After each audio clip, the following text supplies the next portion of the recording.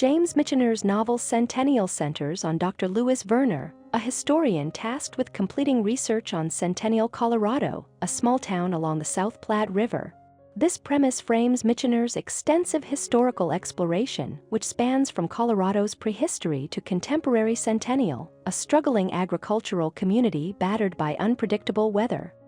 Through this structure, Michener delves into the geological, cultural, political, and economic development of Centennial, from its earliest formation to the modern era. The opening chapter, the commission introduces the novel's fictional setup. Dr. Lewis Vernor, a distinguished historian and scholar, is commissioned by a U.S. magazine to revisit a recent article about Centennial. The editor requests Vernor's authoritative perspective on the town's history, prompting him to undertake a comprehensive investigation of the region from its geological beginnings to the present day. Chapters 2 and 3 examine Centennial's earliest realities. First, the landmass emerges with Michener detailing the geological formation of the Rockies and the South Platte River Valley. He also provides a broader context on Earth's formation and how the mountainous landscape evolved. From there, Michener turns to the earliest inhabitants from dinosaurs, including the notable Diplodocus, to early humans. The narrative then shifts to a fictionalized account of Centennial through the eyes of Lame Beaver, an Arapaho Indian.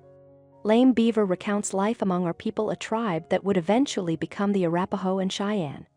During his life, he encounters two fur traders whom he views as accomplished and wise. Hoping to secure prosperity for his family, he encourages his daughter to marry one of them.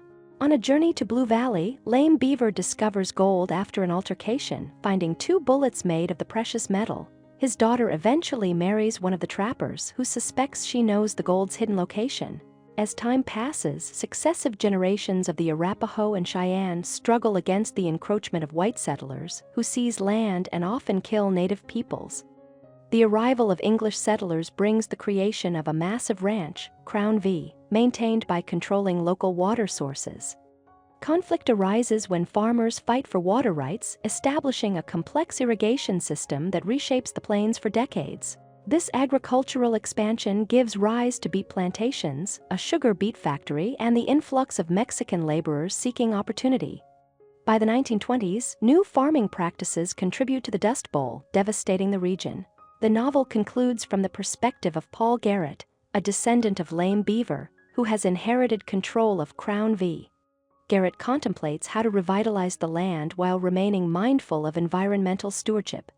He begins researching local history in preparation for Centennial's Centennial celebration.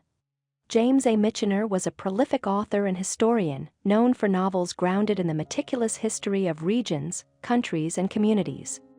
Over his lifetime, he published more than 40 books, often exploring family sagas and generational narratives tied to particular landscapes.